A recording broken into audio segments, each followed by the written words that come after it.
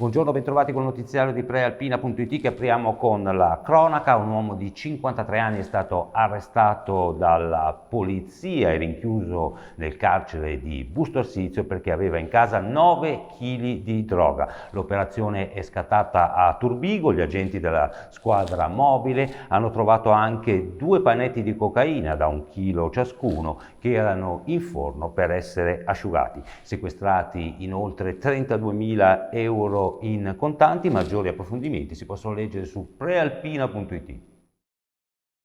E spostiamoci adesso a Varese per vedere i lavori di riqualificazione all'ingresso della città. C'erano state polemiche, poi settimana scorsa l'avvio dell'intervento in fondo a Viale Borri, ma ora sembra di nuovo tutto fermo. Vediamo il servizio curato dalla redazione. Siamo in fondo a Viale Borri, quello che vedete è il cantiere allestito per la riqualificazione di Largo Flaiano e più nel dettaglio questo cantiere serve alla copertura del tratto ferroviario che amplierà Largo Flaiano e consentirà quindi la costruzione della maxi rotatoria. Ebbene, c'erano state polemiche perché nonostante l'allestimento del cantiere un mese fa e le restrizioni alla viabilità, i lavori non erano ancora partiti. Settimana scorsa la trivella invece è entrata in azione, c'era stato quindi l'annuncio che i lavori a questo punto sarebbero andati avanti spediti, ma come potete vedere in questo momento il cantiere è ora immobile e quindi sorgono nuove perplessità sul fatto che sia davvero entrato nel vivo. Ora parliamo di politica. Serpeggia qualche malumore nella base della Lega nei confronti del leader Matteo Salvini. Sentiamo l'analisi di Silvestro Pascarella. Sì, oggi l'appello, avvisa ADN Cronos, arriva dalla Lega di Bergamo. Ci sono i sindaci, ci sono i militanti che scrivono direttamente a Salvini perché evidentemente le cose non vanno. La delusione per i risultati dell'ultimo giro elettorale, uniti a quella che è chiaramente il problema clou in questo momento della Lega, cioè dimenticarsi della questione settentrionale, fa sì che la base chieda conto al suo leader di cambiare passo, chiede un deciso cambio di passo. Ma cosa succederà? A quanto pare per il momento nulla, perché Giorgetti in un'intervista alla Stampa conferma assolutamente la fiducia nei confronti del segretario federale Matteo Salvini e ieri abbiamo visto c'è stata l'ulteriore riconferma di Attilio Fontana come candidato presidente alla regione Lombardia e nel frattempo però la base è in fibrillazione anche a Varese.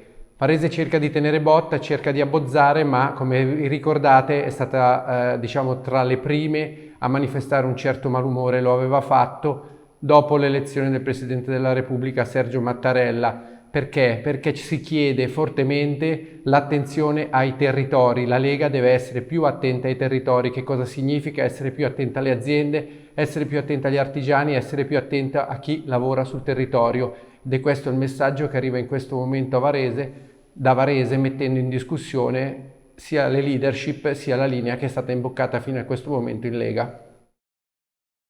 Spostiamoci ora a Cuocchio Trevisago, dove si sono svolti questa mattina i funerali di Luciano Zanone, il pensionato di 64 anni che ha perso la vita sabato a causa della caduta dal balcone della sua abitazione in via Vigana. Nella chiesa di Sant'Alessandro, dove si sono svolti appunto i funerali, c'era anche la sua Vespa e c'erano numerosi rappresentanti del Vespa Club Tre Laghi.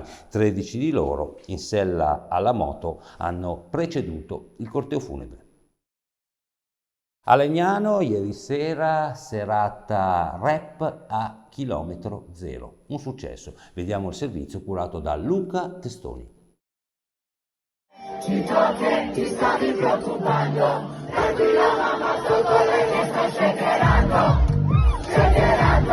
oh shakerando. Rap chilometro zero.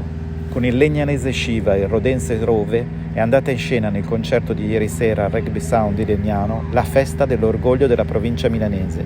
Orgoglio da rivendicare, anzi da mettere in rima e da urlare, per la gioia di un pubblico di adolescenti e ventenni che ha mostrato di gradire e parecchio le nuove leve della scena hip hop tricolore. D'altronde il fenomeno Rove è sulla bocca di tutti. Nei giorni scorsi lui e la sua numerosa famiglia di collaboratori, tutti sul palco con lui, aveva conquistato Piazza Duomo. Si è ripetuto ieri sera con la hit Shakerando. A chiudere la serata, verso mezzanotte, Pachi, altro rapper della provincia, origini napoletane sue ma con base operativa a Rozzano. E stasera nuovo concerto con Jamie Taz. Domani il festival prosegue con i parabiaghesi Pancreas per la serie Rock a chilometro zero. Chiudiamo con lo sport. Basket, Varese riflette sul nuovo allenatore e spunta un nome che arriva da lontano. Sentiamo l'analisi di Giuseppe Sciascia. Varese ha scelto Matt Brase per guidare il nuovo corso americaneggiante di Luis Scola. Sarà un tecnico statunitense, il nuovo coach dell'Open Job Metis, un esperto del sistema Moneyball deciso dal nuovo amministratore delegato per la gestione tecnica e il mercato della formazione biancorossa. Matt Brasey, in realtà la pronuncia all'americana del quarantenne coach nativo di Tucson, proveniente da una famiglia di allenatori. Nonno Lew Tolson fu campione del mondo con gli Stati Uniti ai mondiali dell'86, ancora con i dilettanti nella squadra di basket. La sorella Lori è assistente storica nella WNBA, la versione femminile del massimo campionato statunitense. Dovrà ratificare soltanto con una firma a Las Vegas l'accordo in fase di ultimazione con l'Open Job Metis. Sarà probabilmente il terzo allenatore americano nella storia del club biancorosso. Prima di lui ci sono stati Richard Percudani, primo tecnico dell'era Bulgaroni, e Joe Isaac a fine anni 80. E questa è l'ultima notizia, vi diamo appuntamento al TG delle ore 19. Buona giornata.